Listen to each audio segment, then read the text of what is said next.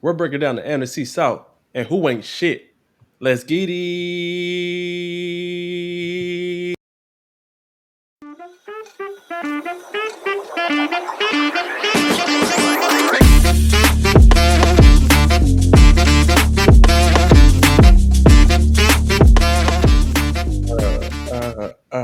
Hey. Y'all know what it is. Back at it again, fourth in fantasy. My name is Hancho, and this is my guy. It's Rocco. Y'all can call me Rocco. And where are we, Rocco? Well, we are a fantasy football podcast for Dynasty Sickos by Dynasty Sickos. You But know it, everybody goddamn can it. come on in. You know it, goddamn it. And you also know already that we're your fantasy playbook to more championship wins. And like I said before, we're breaking down the NFC South, looking at quarterbacks, running backs, tight ends, and seeing who we like, who we don't like, who's an underrated buy, who needs to get the fuck up out of here. But before we get into the nitty gritty, Rocco, how you feeling tonight, my boy? Oh man, I feel fantastic, man. We're talking about the home team's division, so Home team, this baby. will be very exciting. I said you got the hat on. You had to go put the hat on, baby. Oh man, I keep my hat on. It's Let's get it. almost Saint season. Are you gonna wear it as proudly when we get into halfway through the season and y'all haven't won a game? Man, I'll probably burn it by mid-season, but nah, I'll always wear my hat. Um, Let's yeah, get it. 'Cause I I'll, got I'll, that. I'll wear my hat. I don't care. I had a Well, lot of people in Green Bay, actually, believe it or not, they have Saints fans. Even in Green Bay, a lot of people are like, "Oh man, Saints!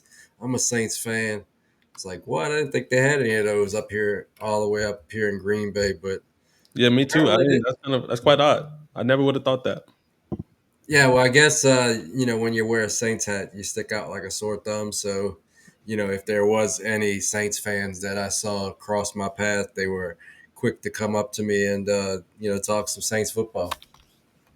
Well, let's get into it then, my boy, because we've seen quite a few already. We already have the week one preseason games. We have some games happening tomorrow, but let's look at these quarterbacks. You ready, my boy Rock? Oh, and by the way, and remember this. This episode is brought to you by Fast Draft, the fastest best ball platform out there, where you can win cash money in your pocket up to $250,000 playing across different platforms or different formats. By using our promo codes fourth and fourth, they will double your first deposit up to $50. I repeat, using either one of these promo codes, they will double your first deposit up to $50. But nevertheless, let's get into the nitty gritty. These quarterbacks, man, where when I'm looking at them, is a fairly young group besides Baker Mayfield, who I believe is in the 30s. He is 30. You have Spencer Rattler, Tyler Shug for the Saints, Bryce Young, and for Andy Dalton. We already seen what him on the field looks like. And then you got Michael Penix, and they got damn near Cousins in jail. I know he doesn't want to be in Atlanta. He's looking to get up out of there. How do you feel overall when you're looking at the quarterback landscape of the NFC South? Looking at your looking at your fantasy teams. How many of these guys do you have faithfully rostered across your teams, and how do you feel about them in general? Well, I got them. I got the Saints are the worst of the bunch. I mean, there's nothing that I feel good about there as far as Nothing. quarterbacks. Pandas. We'll see if Bryce can build up on last year's success in the second half. Falcons, you know, we want to see what Penix can do. We want to make sure that he continues to ascend and doesn't go soft in his second year. Mhm. And we got Baker Mayfield for the Bucks, who's looked like a Pro Bowler for the last couple of years. So we'll Mhm. see if he can Say it continue again. to ascend Say it and again. So. and uh, the biggest thing with Baker, and the biggest question mark about him is, you know, uh, Godwin is hurt, Hmm. but they've kind of replaced him with Amika. Amika Yeah. Ibuka, at least to start the season. But the biggest question for that team is, can they survive another offensive coordinator leaving? Because it's happened to him in consecutive years with Liam Cohen, and before that, Dave Canales. Yeah. Now they're their third OC in 3 years. So, is it the OCs that are, installing this game plan and making Baker look so good, or is Baker getting these guys jobs? That's a serious question that we'll have to answer, and that will be answered, in the next few weeks. So it's not the worst positional group in the NFC South. There's a positional group that is god awful, and I think there is at least three guys that I want to roster, and I got a share of Shuck, and I got a share or two of Rattler, Mhm. but I don't feel good about either one of them. I feel like if you have, and honestly, if you're counting on a Saints quarterback in 2025 to take you to fantasy stardom, fantasy championship, you might be in trouble. But I feel like if you have Spencer Rattler, you probably should have went out and drafted Tyler Shook to at least have that quarterback room on your team. So because you really don't know where they're going to go. I feel like, and we're still waiting to see who's going to be starting the second week of preseason. First week was Spencer Rattler. We got to see the second week if they're going to switch it up and let Tyler Shook go out there. But I do believe they're going to give Spencer Rattler every opportunity to win this, to put him to give him a shot to be the starter, if you will. But you personally probably would ram your head into a door if Spencer Rattler if Spencer Rattler was named the starting quarterback for the Saints. Nevertheless, I don't really care. The goal is to lose games. So whether we have fun with Tyler Shuck, or we're bored to death with Spencer Rattler, scared to throw the football, as long as we lose most of our games, I'm cool with it. As long my as we draft a 2026 franchise quarterback, I'm good with it. my favorite quarterback in the NFC South is Baker Mayfield. I feel like he's always been a great value. Last year, the year before, I'm somebody who isn't scared the fact that he's going on his third offensive coordinator. I like the overall. I like the overall team. I like Baker as a player. I like what they did with picking up Amika Ibuka. Then you got Mr. Mike Evans, who is literally has gone over 1,000 yards in every year in the NFL. Some people might look down on that. Me personally, right? I personally feel like that's still an accomplishment. People would like to be like, "Oh, it's only a thou wow," Hmm. and one, they have an extra game.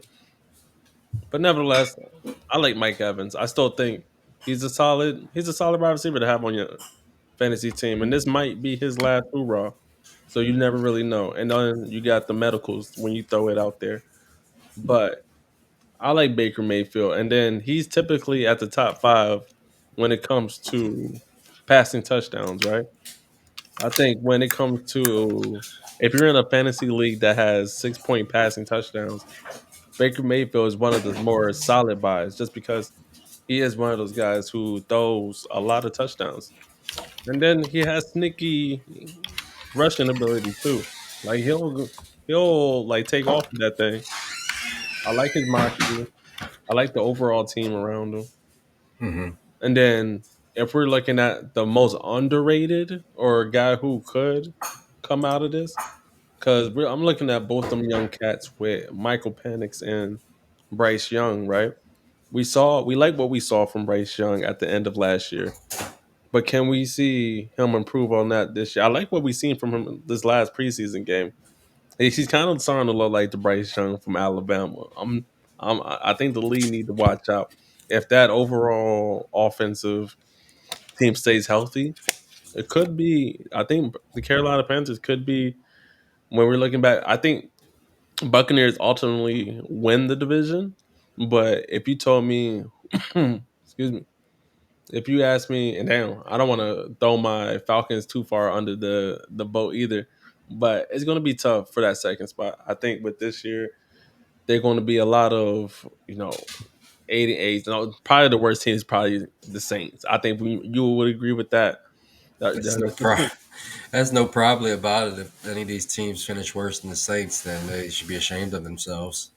If who when we're looking at the NFC South quarterbacks, besides Baker Mayfield, do you feel more confident? Who and then actually I will reword this question: who has a better 2025, Bryce Young or Michael Penix? Well, I ranked Michael Penix higher than Bryce Young, so I'd have to say Michael Penix. The Falcons are they play in a dome. Mhm. They they appear to be more like a track team, and I feel like they're going to be more pass centric than the Carolina Panthers are. The Panthers, built that interior offensive line. They've invested in Chuba Hubbard where they re-signed him to an extension, and they also brought in Rico Dowdle, and they signed Yeah, yeah, and they drafted Travis Etienne. So you can see that they want to be a run centric team. So I think it's going to be some short passes, some play action, but I don't think they're going to be that type of volume passing attack that I project the Falcons to be. So I just think that the volume is going to be on Michael Penix's side. and I agree with you, my G. Where we're looking at, and once again, shout out to our boy Roach. He does his thing with these. And when we're looking at the overall play scheme of the Carolina Panthers, once again, their coach is Dave Canellis, who is the former offensive coordinator for the Tampa Bay Buccaneers. I liked him. We saw what he did with Baker. I like what some say he's the QB whisperer. And then if we're looking at this next slide, couple of key additions that they've had and projected stats from our guy.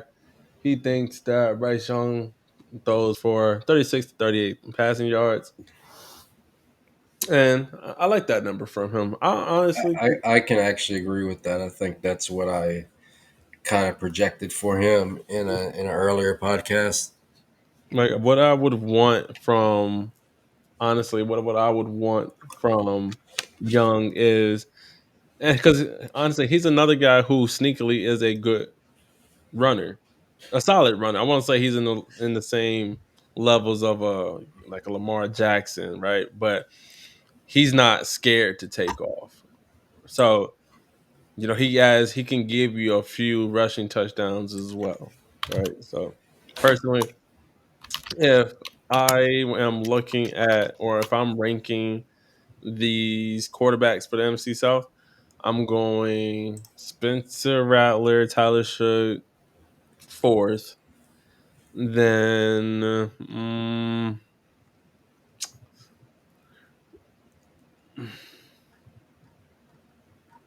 then I'm gonna have to go. You having a tough time with Bryce and Penix? Yeah, bro, that's a hard one for me.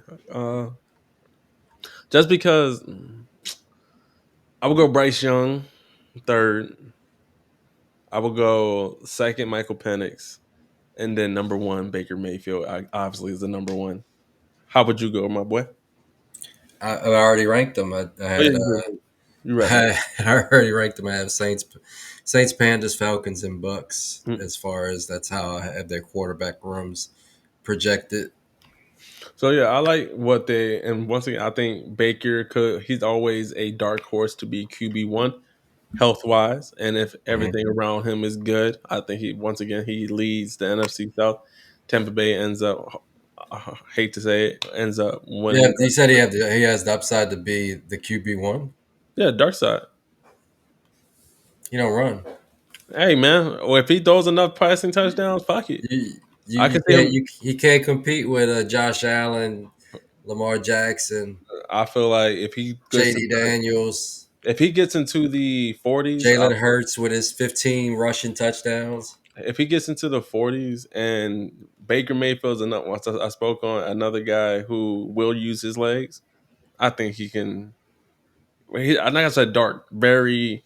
If you had to tell me like the last guy, or not even the last guy, but like a not the obvious person you could see being QB1 in 2025, who would it be? Baker Mayfield would be my choice. Mm, like the last guy that I can think of, it'd have to be a running quarterback um, with some passing to him.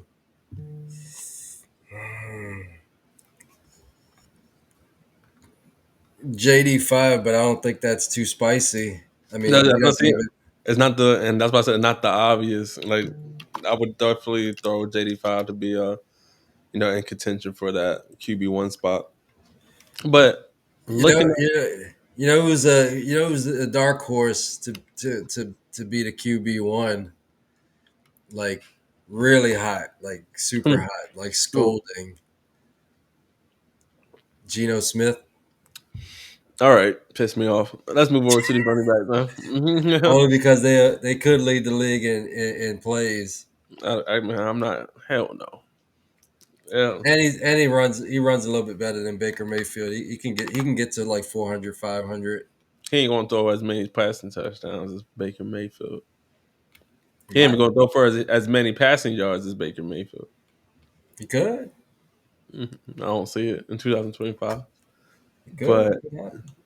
and I don't like any of if we're looking at any of their backups before we move over to the running backs. I don't like Kyle. I mean, he's whatever. Bucks did sign Teddy Bridgewater. Woot woot. And shout out to not even shout out to the high school he was coaching at. Fuck y'all. They fired him or they let him go because he was basically just looking out for the kids. Y'all weird as fuck. But they signed him. And then Andy Dalton, and we don't like him. And then Kirk Cousins, he basically don't even want to be there. And we saw what he did at the beginning of last year. And that he's the reason why we're all excited this year to see Drake London finally get somebody with an arm. No, looking at these running backs, NFC South, this I feel like this group is more interesting, right? Hmm. We have Bijan Algier for the Falcons, Chuba Dowdle Etienne for the Panthers, Kamara Miller Neal Akers for the Saints, Bucky Rashard White, and then Sean Tucker for the Buccaneers. Looking at this overall group, Buccaneers kind of have a very scary top three when they're healthy. Bucky is basically like the best of all runner and receiving. I feel like as a receiver, Rashard White is very efficient. And then you have Sean Tucker, who's the explosive guy along with a Bucky, right? And then you got Kamara, who they put up a stat when I was looking at the Saints game. All purpose yards. He almost has he has a almost a sneaky 100 total touchdowns in his career. I believe he's at like 84 or something like that. He's It's not too sneaky. That dude scored 6 touchdowns in one game and won me a championship. So, I mean, that guy scored some touchdowns in his career. it's beautiful. He has over 10,000 all-purpose yards at this point, and I love that for him. But looking at Kendre Miller, and then you have Devin Neal, who's hurt, and I hate that because we liked him pre-draft, and I felt like he would have been able to take prime. This would have been a time to take advantage of the opportunities in the snaps. While obviously Kamara would be getting this early load, and then you got Akers. Honestly, I just toss him to the side. I feel like he's just a journeyman at this point. So you being the Saints man, how do you feel about y'all's overall running back group? Mm, I think Alvin Kamara is going to continue to do what he's done. Mhm. I wouldn't say he's going to fall off a cliff until he falls off a cliff. He was really good last year. Um, but that team, they would, if that team's smart. What they need to do is stop giving him carries up the gut. Running in between the tackles. That's just not his game. Mhm. Get him to the boundary, get him on explosives, get him in the passing game where he's super elite, one of the best in the league, one of the best to ever do it. Agreed. Um, then you're using him correct. But the problem is they don't really have that first and second down grinder if Kendre Miller is not that guy I was going because to ask you. he's the only guy that looks like that. I feel like Devin Neal's game is more similar to Alvin Kamara's. It's more of a cut and go, making people miss in space. So it's I don't know if he can be that hammer that can get you that 4 yards when you need it and keep the team on schedule, keeping them in workable down and distance because if we get these quarterbacks in like third and long, then it's going to be really bad. I mean, I think that they have to try to kind of get something out of this running game. And the only guy I really see that has a shot at doing anything besides Kamara, yeah. which we've already stated, it's not grinding in the middle of the field between the tackles. So Kendrick kind of has to be that guy because the only guy that's even close to that archetype would be like Cam Akers. As much as I hate to say it, And is would you I kind of hope that they pick up they scour the waiver wires and see if any of these other 25 rookies get dropped because I'm not really in love with much of their running back room, and they're by far the fourth best running back group, in the NFC South for me. so Kendra is not a person or not a player worth rostering for you? You wouldn't I, say I had I have him. okay. I have him in some leagues. I mean, he was super talented coming out. He. It's not that he failed. He's just always been hurt, and he pissed off the previous regime because he was never available. So, I think he still has talent. He's still a good size speed specimen. And he looked good in the first preseason game, so that's a good step one to being a productive NFL player. But to count on him, that's a whole other thing. Like I don't know. I don't know if we can count on him. He's never been trustworthy in his whole career. So that's why I say, we have Kamara and then we have a bunch of question marks and bums. And then I wanted to ask you another question with the Buccaneers. With the recent Rashard White news injury news, what would what would you be setting out to acquire yourself a Sean Tucker? Would you be looking to acquire yourself a Sean Tucker right now? Let's put it like this: in a redraft league with short benches, Mhm. he was on the waiver wire, and so whoever has him is not going to want to sell him cheap because they're going to look at the waiver wire and see he's the number one guy in waivers right now. Um, but I picked him up. I spent a few bucks to pick him up. But like I said, the team has short benches, and I dropped Tajay Spears right on his ass for Sean Tucker. Mr. High Ankles. Let's Yeah. let's put it like that. I like Tajay Spears, but give me that immediate gratification in there early in the season with Mr. Rashad White possibly out for maybe a month. Hopefully he's back sooner, but it could be a month. And groins have a tendency to linger, as Oh, our guy Ben in his Discord with Dynasty Gambit, who's a PT. He kind of let us put a little light on that. I believe I think I saw him talk about that. It could have been Mueller, but anywho, yeah. So this is going to be a good time for Sean Tucker to really kind of make a name for himself. But if he wasn't on waivers, you're sending a third. I'd send a third. It just really depends. Like, I feel you know, like if you have Sean Tucker, you probably just feel like I'm gonna hold him. yeah, I don't know if a third gets it done, and I don't know. There's other guys that I probably want a little bit more. Mm-hmm. A guy we talked about on the last podcast, Ray Davis. Mm-hmm. You know, third, a, Even after the a third. contract. Listen to me.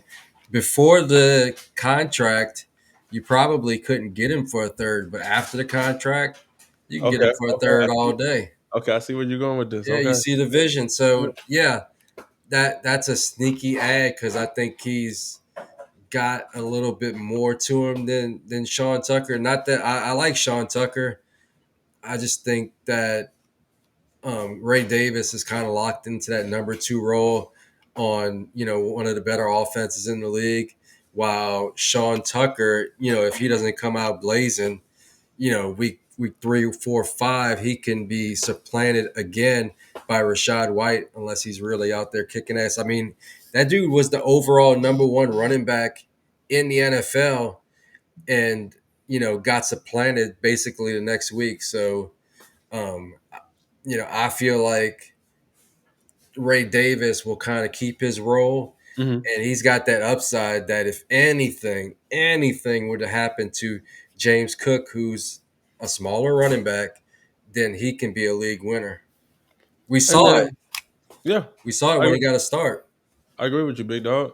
And then just around Bucky Irving, because I feel like some people don't bump their heads at his value and how much, you know. And don't get me wrong, I love me some Bucky Irving, Hmm. but I feel like it gets to a point where I'm not paying this much to have him on my team, right? Like with Bucky Irving, I feel like if you have him, you feel really great. But he's not someone that like. Would you send two firsts to get Bucky Irving? No, I'll take two first for Bucky Irving.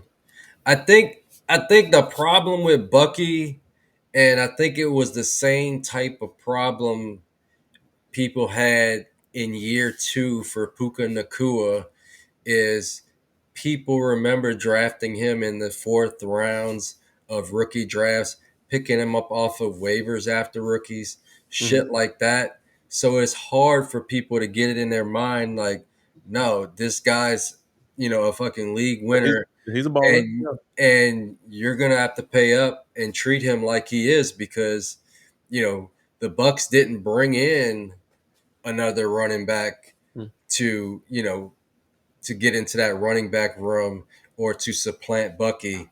Rashad White is hurt, and they got a guy that hasn't done a whole bunch in his career, and Sean Tucker. So there's a lot of opportunity right now for Bucky Irving to kind of even take that next step because I'll admit I was kind of fading him early in the off season because you know like like I just said, it's hard Yeah. to get fully behind somebody that was so lowly drafted in the previous rookie draft. Mm. But I mean, you just kind of like gotta smell the roses and see what's really going on in Tampa. He has the opportunity to be basically the bell cow there, and once he started getting touches, he was winning people championships. And then before we move to speaking on the other two teams running back group, now if we're talking about startup drafts, whether it's dynasty or redraft. Where are you feeling comfortable of taking Bucky Irving? I feel like honestly, after he usually goes at that third round, third round turnaround, right? Somewhere in that third, fourth round go. People love them some Bucky. I'm typically going another direction, but nevertheless, I feel like redraft. If I'm going wide receiver in the first, I wouldn't mind going Bucky Irving in that second, just how it's just depending on how quickly things go.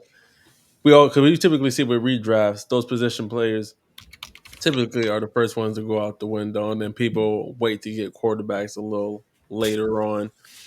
Where are you selecting Bucky Irving in startup drafts, dynasty Um, or redraft? That's a loaded question because where he usually goes, Mhm.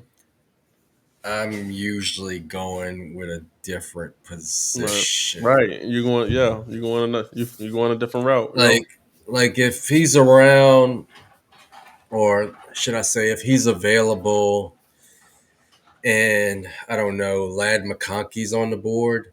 I'm probably going Lad McConkey every time. If a Drake London's on the board, I'm probably going that direction. Garrett Wilson. If a Bo Nix, Garrett Wilson auto select over him, um, He said Bo auto. Nix, Michael Penix, Mhm. we gotta get him on the squad. Mhm. Um, so it's kind of a weird spot. I feel like he does have value, but I'm not ready to pull the trigger on him in a startup. And I the only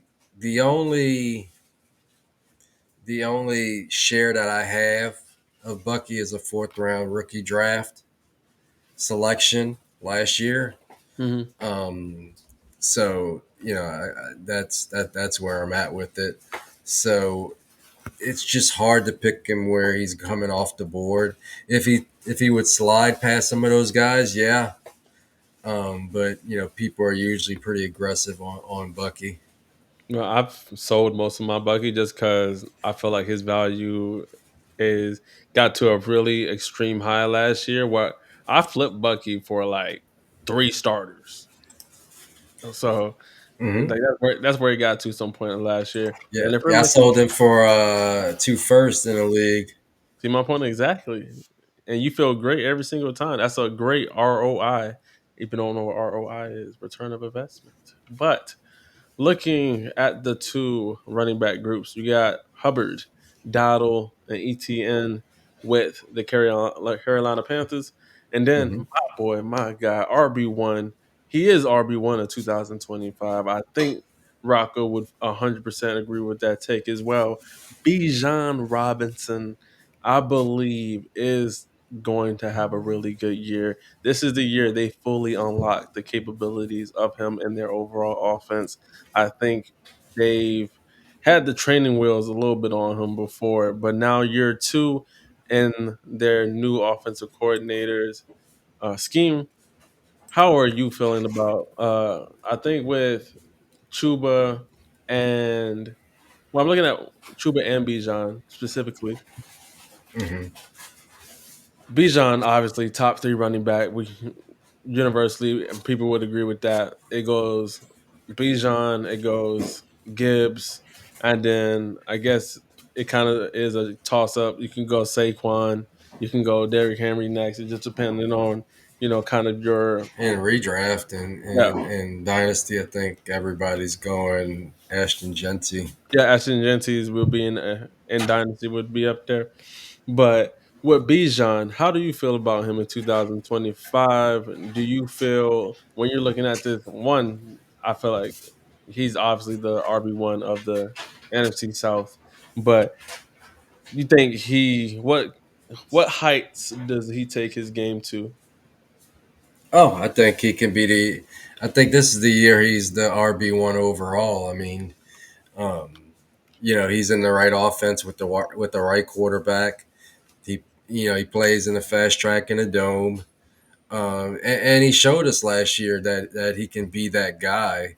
You were talking about a guy that can run for 12, 1,300 yards and catch 40 to 60 passes and run off another 500-600 yards in the air, Hmm. and score double digit touchdowns.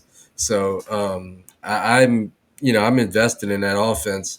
The only scary thing about that offense is the weapons after Bijan in London with Mooney with the shoulder injury, and Kyle Pitts, Inconsistent. really hasn't done anything since his rookie year. So that's the big question with them. But you know, those top two targets should be super explosive, and I think the offense is going to run through both London and Bijan. So sky's the limit for him. I mean, you know, he's a little bit different from Gibbs because he has that prototypical size, with the speed to go with it. So, um, yeah, I mean, anybody that doesn't have Bijan as their top guy or one of their top two, they're probably smoking something.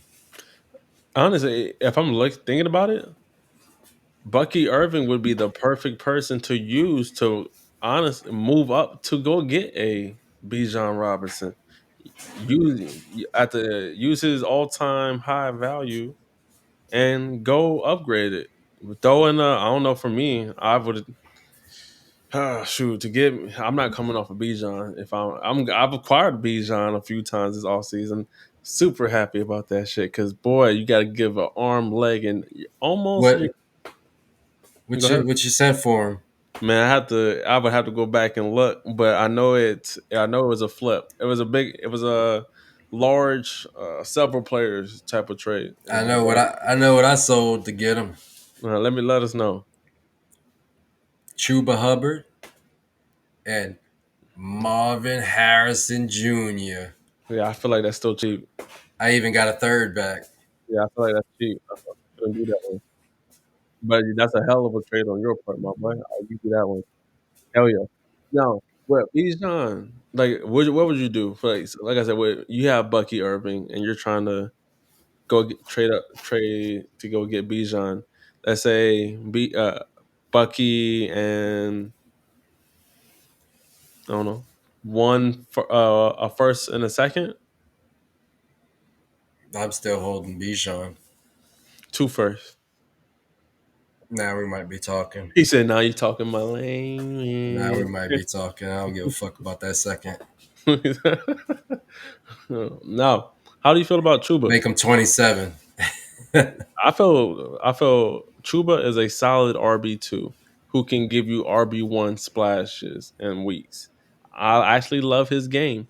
With him, he gets nicked up at times, and Hmm. every game keeping about the Carolina offense looked like dog shit sometimes last year. Well, a lot of times last year, but I think year two things look up, and they finally go went and got themselves a real, or not a real, but a true wide receiver one for that offense. How Hmm. do you feel about Chuba? Do you like that? Do you like him as a player? Oh, I love Chuba, man. Chuba was like just like a gift for people that got him on their team Telling because you, that dude kicked ass. I'm trying to see where he finished because I feel like he might have been a running back one last year. Well, at he, least in points per game, I feel like he was. he Let's definitely had see. several splash weeks, and if I go back and look my damn self 3, 4, 5, to help 6. you out, but he definitely had several splash weeks, and when that whole passing offense wasn't looking nice and sexy, they leaned on the running game, and he showed out. And he earned that contract this year, which made me feel even better about his long term future. Because that was the one thing that people would love to throw on him, like, oh, he doesn't have a long term contract. He could be out of Mm-hmm. Carolina after said year. But now they threw money his way, which shows dedication to him. I like me some Hubbard, man. If I have him as my RB2, I feel great. If shit, if he gets also mm, I can't. Well, now I say you can't really hide him anymore because people know about him. But you can wait a little longer to go get yourself. You're playing a crazy game, but you don't need to go super early to go get yourself a. I don't think people realize how good Chuba Hubbard was last year. He had 1,195 yards on the ground, I'm telling you, 43 catches, and 11 total touchdowns. He was the 12th running back in the league. So I think if you have him as your number two, you're cooking with gas because he can definitely finish, in that back end RB1 conversation. If he builds off of what he did at all last year, mm, you can really be looking at a league winner from the RB2 spot. yeah, because he was art. He was RB 14, and he only played 15 games last year. So he could have Yeah, he did been. all of that. He did all of that in 15 games, like Feel me? less than a full season. He almost averaged 5 yards on a bad Carolina game. Carolina offense. You say they're bad, but I think they improved their offensive line, especially in the No, interior, and I think that's what shined, in the second half of the season. I think that's part of what led to the resurgence of that whole offense. Because if you remember coming into 2024, the problem with Bryce Young was that he's short, so he needs to have that runway, in the great. middle and that Yeah, protection in the middle. And they went out and signed Robert Hunt, who's a really good interior lineman, and I forget the other guy's name, but I know they signed two offensive guards to kind of protect the middle for Bryce Young, and I think that helped with the running game as well. yeah, yeah. They did, and no, good call out for that. They did upgrade the offensive line. What I was speaking more of is like the passing game, where you kind of just had Hmm. a old Adam Thielen. People still wasn't. There was a lot of people still and still aren't high on Xavier Leggett, and then people I'm didn't even not know about and then people didn't even know about Jalen Coker yet. So cokeheads. Coker, but I'll let you go ahead and rank your running back groups for the NFC South. All right, easy. We got the Saints, Pandas, Bucks, and Falcons. Easy money. And before we head to the let's say wide receivers for last, and let's do the tight ends.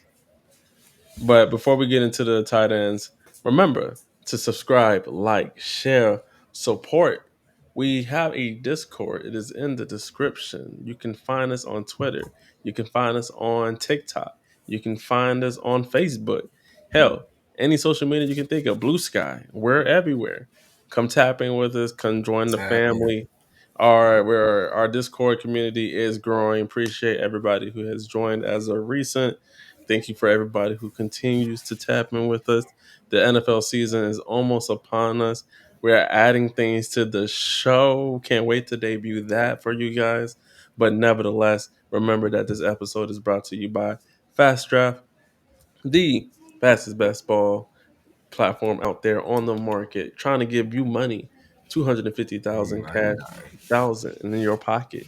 Where if you use our two promo codes, fourth and fourth, they will double your first deposit up to $50. I repeat, if you use our promo codes, they will double your first deposit up to $50. Now, my boy Rocco, let's look at these tight ends, which we were talking before we started this episode. I was saying, looking at it as a overall group, is it's not very sexy, man. It's not a It's very, fucking terrible. it's not a Fucking very tight ends are appealing group. terrible in the NFC South. Fucking Let me god awful. yeah, let me know about your feelings, man. Come on, continue that. Like it's not a very Well, fantasy. spoiler alert: when Kyle Pitts is the top tight end in your division, you got some bad You fucking got some tight problems. ends You in got the some problems. division. When second, third, and fourth year bust Kyle Pitts is the best tight end in your division, your tight ends are fucked. No, I feel like there's been a lot of noise around Kyle Pitts, and he is the tight end one of the NFC South, not the overall. Don't people come for me? I'm not saying Pitts is tight end one of 2025. He is the tight end one of the NFC South. But there's been a lot of buzz this last 2 weeks or several weeks. Michael Penix himself coming out in press conference, singling him out, saying that you see how we got pissed the ball. There's going to be a lot of that. Do you believe Michael Penix in 2025? Do you believe they're going to be getting Kyle Pitts the ball a lot? I mean, bro, what are you gonna say? Man, Kyle Pitts fucking sucks, man. Get him out of here. Get him off my fucking football team. Um, uh, You're not sniffing Kyle the hope. Pitts. Kyle Pitts has an opportunity if they can figure out how to use him correctly. But he's just kind of a tweener. He's not a great blocker, but he's not a wide receiver, so he can't really play outside. and he just has like some boneheaded plays. I think we all remember that ball that bounced off of him last year, and Mhm. I think that play went for a touchdown the other way. But real terrible play in a clutch situation. Um, but he does have opportunity. The He opportunity does. is that that team in the passing game has Drake London. If you want to say that team has Bijan Robinson in the passing game, we can go that direction as well. But after that, Darnell Mooney, he's got a He's shoulder banged up. injury, and that's something that can linger into the season. You know, the, wide receivers sometimes have to lay out for the ball, and is he going to want to do that with a busted shoulder? So, in the actual passing attack, you know, downfield, Mhm. running routes. He could actually the Falcons need him to be the second best receiver on that team. Will he do it? I don't know, but once again, he has an opportunity. So we'll see, if he can step up his game and be that guy. Mhm. And if not, it's just probably never going to happen for him. And you hit that right on the head for me, Rocco. I was literally word for word. I was going to say they need him to be the second best guy on that offense. Well, the third best guy on that offense behind Drake London, Bijan Robinson, right? Right, But but Bijan's not going to be running routes downfield. yeah, They yeah, need somebody to run. I mean, I don't think we're going to trust Ray McLeod no, I feel like as he's a that flex guy. at best. Yeah, flex at best. He's And just a guy. He's just like a tertiary option. I feel like they probably should have been, and they really believed in Darnell Mooney as the wide receiver too. Unfortunately, he did hurt his shoulder. And I like Darnell Mooney, and I just feel like he's just always been a guy who gets banged up. But Kyle Pitts, I feel like it's too late now where you should have been where you could have been buying the dip and sending out a second. I know a lot of people who got rid of Pitts for seconds faithfully, where now I feel like you're either having to add a little bit more, Mhm. or because at this point it's like you're waiting to see. You want to see if these reports are accurate or not. You want to see if they're actually going to live up to that rookie year of his.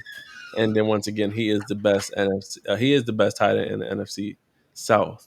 So, and then looking at the rest of the group of the guys, like Cade Otton, he's literally had is like if we're Right. talking about like splash performance Right. games, that's K Dot. And I feel like if we're looking at Mike Evans, Amika Ibuka, Jalen McMillan, don't mind if Chris Godwin comes back and he takes him a while to get back to, and then you got Bucky Irving. All those guys before K Otten. That's how I feel about him. I'm not saying K Otten sucks, but he's not somebody who I'm looking at and be like, oh, he's going to give me high output fantasy production. Well, he was good. He was good for a few weeks, but literally everybody on the whole fucking team was hurt. And the more they featured him, the worse he got. So he was a flash in the pan, and he maximized his value, and hopefully you sold him when he was flying high, because you'll never get that kind of that kind of return on him ever again, because he is just not that good. And a guy who I'm actually looking at, who I believe is a sleeper, just because hopefully the overall offense is better and Bryce Young is better, if you know which direction I'm going in. Jatavian Sanders, Hmm. who a lot of people were high on coming out of Texas. And I liked him out of Texas as a prospect. But tight end is also position that takes a little bit of time to keep going in the NFL. Some guys can come in and have very much success. Brock Bowers, Go Dogs, to name one. But it's not like that for everybody. So I think a lot of people probably had some expectations for Sanders for his rookie year. It didn't go that direction. And now I feel like with the injury to Trumbull, he is someone who I believe is in a prime opportunity to take advantage of a year or two. And I've heard positive reports out of camp from Sanders. So hopefully, fingers crossed, in 2025, I see some type of progression. But what do you feel about John Tavian Sanders? I mean, he's another guy that has some opportunity if he can be the starter for the Panthers, because I mean, we're looking at Tetaroa, McMillan, Coker, and I mean, if the guy can play, he can definitely emerge as the third guy in that passing attack. Um, I just don't have any faith in Xavier Leggett ever being anything worthy in the league. I just don't believe in guys that took 6 years to break out. Adam Thielen's old as shit, so sooner or later he's gonna ride off into the sunset. So Sanders does have an opportunity. I mean, if he's really good, he can even compete with Jalen Coker, possibly for that number two spot. So, that's what a lot of these teams in the NFC South have, is they have kind of wide open rooms where, guys can kind of, you know, Young teams. yeah, guys can this is a good situation for sleepers when you Agreed. got a bunch of guys that are not like locked into roles, and you got like a lot of ambiguous situations, outside of, the number ones, on their respective passing chart or in the passing game. So yeah, I mean, he could emerge. I know a lot of people liked him as as a prospect. I wasn't neither too high or too low on him, but we'll see. I have a couple shares of Sanders. I got him in as a throw in some trades, and he hit waivers in the league, and I just kind of sneakily picked him up. But we'll kind of see. Opportunity is the name of the game, and if he can get some targets, he can become somebody that's valuable. And I'll let you rank these tight ends before we move over to the wide receivers. Yeah, the fourth spot was hard Oh, we didn't even get on the because Saints when we talked about Jawan Jennings and yeah, Hill yeah, and yeah, Moreau. yeah, yeah. We don't have anything to We say said we about. don't got to talk about the motherfuckers. They already heard about fucking Jawan Jennings' contract. He's not even a person anymore. He's Jawan Jennings' fucking contract, and whoever gave him that contract should be fired. But too bad they're written into the will, so we just can't get rid of certain people and certain GMs. But I'm gonna go with the Bucks. Yeah. Otter, get out of here. Saints, Juwan Johnson, at least he has a little athleticism and he does have a contract. Pandas, just for that untapped upside. We'll see what we got with JT Sanders. He hasn't proved that he sucked yet. And the Falcons with Kyle Pitts. We're going to take one more ride with you, bro. One more run Ready, around the sun. Yeah. ready to be disappointed once again. If he doesn't show it, is he out in 2026? You think they try to trade him, get out the building? I mean, I still have a couple shares. Um, which I can't get rid of. So I'm just gonna hold. So I'm gonna hope that he has a chance to play, but I don't think he's gotten any kind of contract extension. So it may be another team where he has to go to try to rebuild his career. All right. And let's get to these receivers, which is also another group I sort of like to talk about. The Falcons with London and Darnell Mooney. And that's kind of where I just want to stop there. Now, you could look at deeper sleepers like, uh, kind of depends on how you feel about Ray McLeod. And then you have Nick Nash, who had a serviceable kind of game week one. He showed he had a play. And so there's opportunity if you're looking for a lower level or lower tier guys that could be on waiver wires. Nick Nash is a guy who could take advantage of the Darnell Mooney situation. But that's if Drake London gets hurt, boy, fucked. Like I don't. You might as well. You're The already whole kind of. offense falls apart if he I'm gets hurt. telling you, Bijan might just go for 2,000 rushing yards at Kind of that hard to point. go for 2,000 yards when you got 12 men in the box. So They bringing people off the sideline. it'll be tough, dog. But and then you got Tetero McMillan, Jalen Coker, Adam Thielen, Xavier Leggett, and this funny thing, uh, our boy Goodness gracious! Before we even got into the wide receiver conversation, I was thinking his name, and then it totally just popped out of my head. Oh, god damn it, Angelo, our boy. I had so many thoughts in my head at the same time. Our boy Angelo even said, "Move Xavier Legette to tight end." Oh, I did see that. Well, I think I saw that on his podcast with Waldman. yeah, Angelo said, "Move him to tight end." And listen, I can get a little. They was like, "Show him Antonio Gates film until he throws up." I wouldn't What? mind. You know what I'm saying? So then that would make your guy JT Sanders. I don't want it to happen though, because that's just for that right, just because of Sanders. But it was an interesting thought. I was like, okay, but I still have hope for him as a receiver though. But back to the rest of the squads. Like I said, Tetron McMillan, Jalen Coker, who if you stumbled upon Jalen Coker from last year and you got him for basically pennies and he got you fantasy production in 2024 and he could even have a bigger role in 2025. Then you have Adam Thielen, Mr. Old Man himself. He's a flex at best. And then you have Xavier Legette, who you're not very much high on. I am trying to hold on for hope. That hope could very much go out the window, just depending on how the rest of the preseason goes, and then how kind of the pecking order goes with the regular season and how they throw them out there in the target share. Hmm. But and then we're looking at your New Orleans Saints, Alave, Raheem Shaheed, uh, Brandon Cooks. Just saw that Bub Means went on the IR. He's done for the year. And we have the worst depth at all of the skill position, You have Cedric Wilson. all of the offensive positions.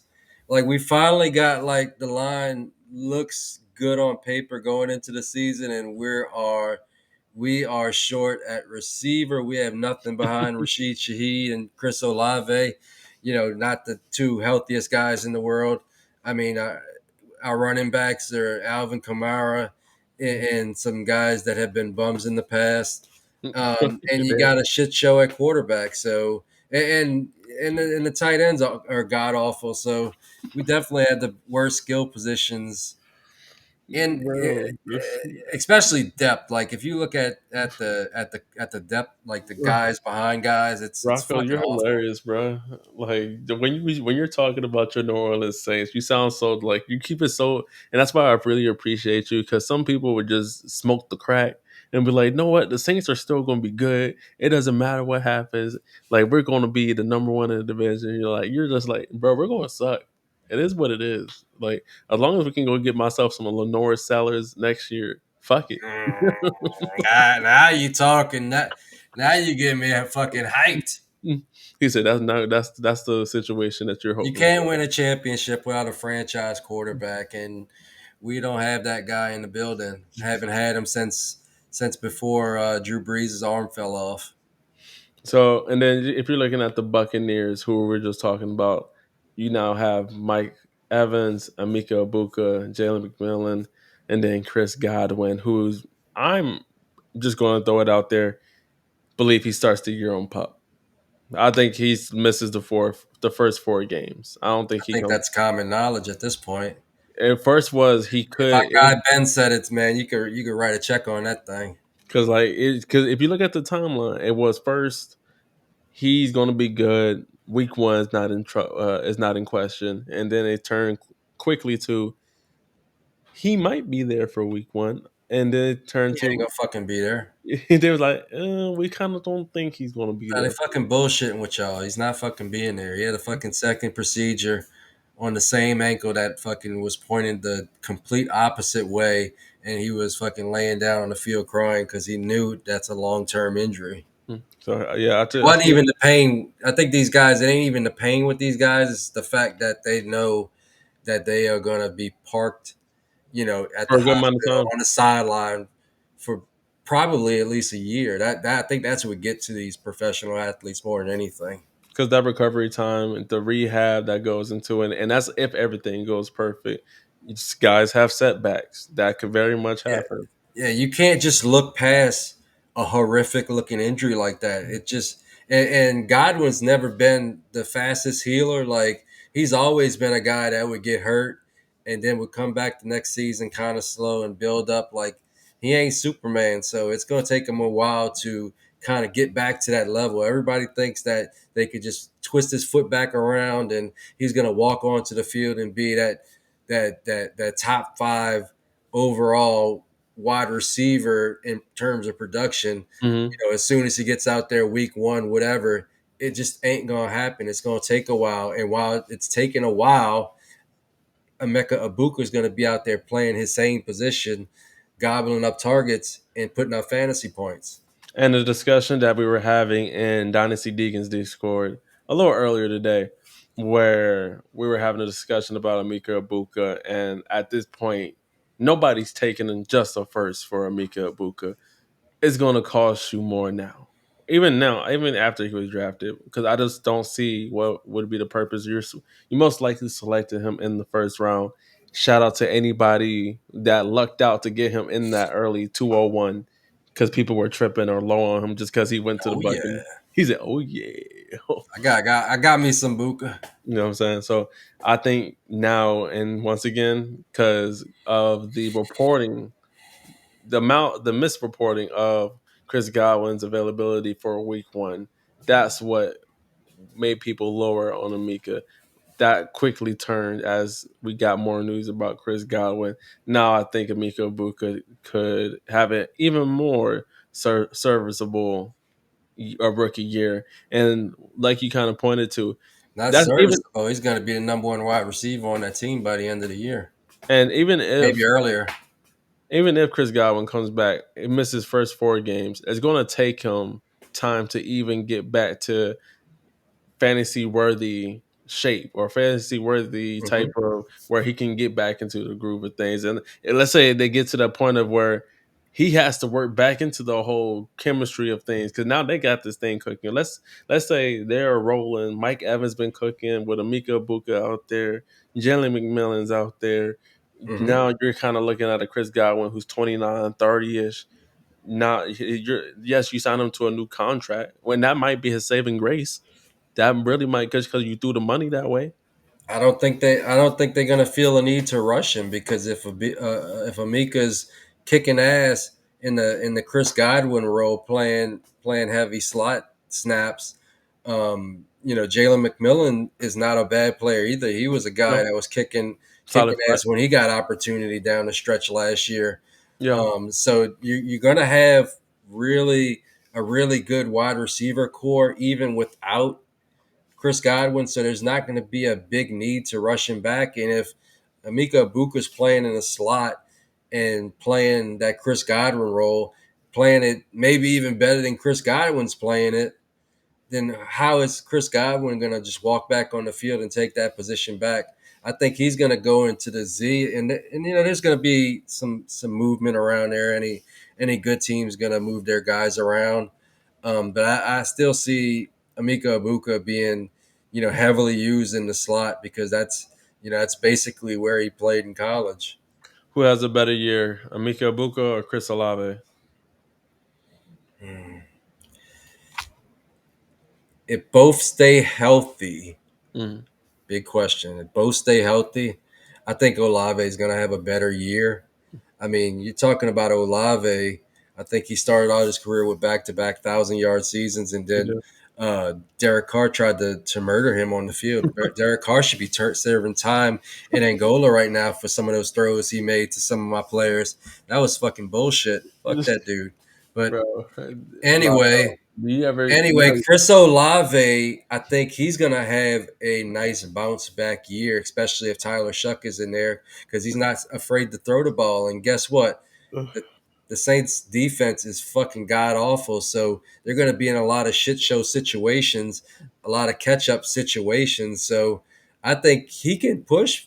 He can push for 12, 13, possibly even 1,400 yards. It's like I mean, look at the Saints. There's two guys in the whole fucking offense. That whole offense is going to revolve, at least in the passing game, the whole offense is going to revolve around Rashid Shaheed and Chris Olave. So both of those guys stay hurt. I think both of those guys could put up really, really nice seasons. It might not be pretty all the time, and a lot of it might be garbage scores, but guess what?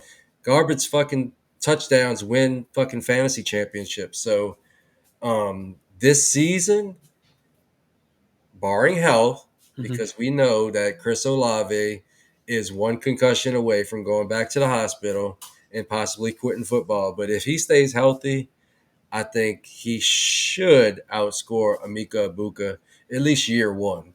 All right, so I got a couple questions for you, Rocco. You ready for this? Shoot. Let's do this. The wide receiver one of NFC South in 2025 is. The wide receiver one of the Yes. NFC South. Yes. Easy. It's Drake London. Okay. Who who is the biggest value player or biggest value wide receiver in the NFC South? Good question. I would say when I think value, I think a guy that's attainable and a guy that I won't have to overspend to get. So that probably would be Rashid Shaheed. I would be sending out offers, but I am probably about 60% ownership on Shaheed already. So there's no need for me to get any more of him. Third question: who is a wide receiver in the NFC South that people are too high on? NFC South that people are too high. Um, hmm. I'm a high on a lot of them. I would probably say Mike Evans. I mean, it would be too easy to say Chris Godwin because he's hurt right now. So I think that would be kind of cheating. So, if you're counting on Chris Godwin in 2025, you're probably making a bad bet. So don't do that. So I would say Mike Evans. He just kind of slowed down last year. He was really banged up, and they had to kind of artificially get him that 1,000 yards by doing some weird shit at the end of the Saints game in Week 17.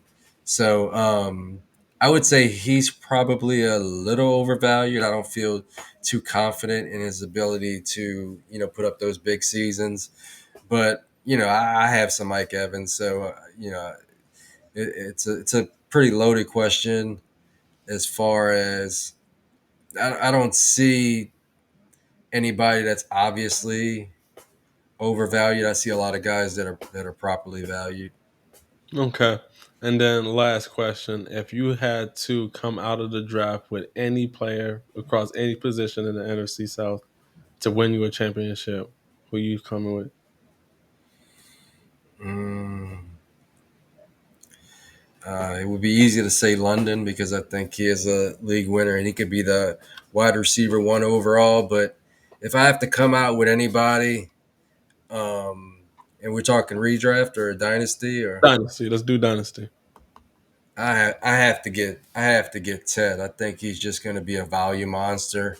Um, he's a really good player. He's basically has a lot of traits similar to Mike Evans, so he can kind of take the torch from Mike Evans and kind of do a lot of the things he does and be like a Mike Evans 2.0. But as a target hog, I mean, this guy can get. I mean, we can really see this guy get 120, 130 targets in 2025. I liked what we saw from him in week one too, where he had a couple plays downfield where people were talking about he has trouble separating. He's not going to be much of a vertical threat. I like what we saw from him and Bryce Young and him doing his thing. So I like me some Tetairoa McMillan, and you are right here, someone who could command up to 120, 130 targets. And if things get too sexy, shit, what's stopping them from going to a 135, 140 type of target season if Mhm. he is actually cooking? I feel like Dave Canellis, you have to think back to his time with Tampa. He likes to throw the ball. Yes, he likes to run the ball too, Mhm. but he'll throw that thing if it's available, and if he has the right receivers to do it, he's going to. Like if Xavier, let's say if Xavier Leggett just wakes up one day, he starts cooking along with Tetairoa McMillan, Mhm. then you got Jatavian Sanders doing his thing, and let's also throw out Adam Thielen. Just because he's old, I still think he's serviceable. he still is one. I still think he's like an underrated route runner. Now, is he what he used to be like with his early years with Carolina, where he was flirting with 1,000 yards, and with his time with Minnesota? No, but I think he's a really solid wide receiver three for any NFL team. So, Yeah, absolutely. so I like it. And then we just got to see what happens with Xavier Leggett. But that is the NFC South, our fantasy breakdown of NFC We South. we gonna rank them or what? Yeah, go ahead and rank the wide receiver. All right. This was actually tough because this is actually by far the best positional grouping in the whole NFC South. So I'm glad we finished last. But I got the Pandas still a little too young, still a lot of question marks. Young and Ad. I actually have the Saints at third, Well, that's just because I crazy. like those. I like the two guys that they got. Okay. Falcons, who probably should be lower, but London's so fucking good and could be the wide receiver one overall. I had to put them at two. And the Bucks, even with Chris Godwin, they just got a lot of good, solid, professional wide receivers on that team. Hell yeah. I would definitely, I mean, I would argue with you a little bit with the Panthers one and Saints. But where we Okay. seen but that's why I said that's why I'm not mad with you going with them, just because we've seen Chris Olave have we've seen him do it in the NFL. We haven't seen Tetero McMillan do it in the NFL. Adam Thielen's old. Jalen Coker is cool, but he still has to touch. We still got to see him do what he needs to do. And then Yeah, I just Xavier like Leggett. Shaheed more than any of those guys, hmm any of those So secondary guys. So you see, anybody except for Tetsuo McMillan, you could see a world where Rashid Shaheed has a better season than Adam Thielen. Hell Should, yeah! And then Xavier Leggett, I could see that. obviously. Jalen Coker is the one that I could He's potentially. the wild card. He's the wild card. All you see is him making plays, in this offseason. So he's definitely a big part of that team. And I would like to see him, be the wide receiver too. But I think they still may have some shenanigans with trying to get Thielen on the field because he's a veteran and trying to work in Xavier Leggett because they wasted a first round pick on him. Mhm. So that's the problem with Coker is that he was undrafted, and I don't know if they're going to give him the full opportunity that his talent and his production thus far should probably warrant. I agree with you, my G. And that is our episode. Now, I'm actually gonna let Rocco take us out tonight. Do you have anything for the viewers before we get up out of here? Man, like, share, and subscribe this, man. It really helps with the algorithms, and it helps motivate us to make more and more content for you guys and gals. And I appreciate everybody that fucks with us, that rocks with us. Keep on going, man. We have a season right around the corner. We got some new shit on the horizon that's going to be dropping very soon.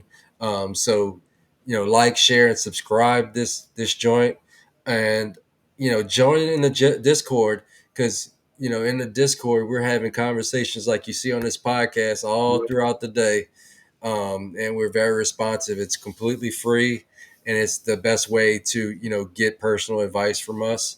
So please do that. That's going to be listed in the description of this podcast. But without further ado, I know what y'all came for. We are a fantasy football podcast for Dynasty Sickos by Dynasty Sickos. But y'all all welcome to jump in our Discord for free. And we are your fantasy playbook to more championship wins. This is Fourth and Fantasy. I'm Honcho, and this is my guy. Siriaco, call me Rocco in these streets. Put some And respect on my name.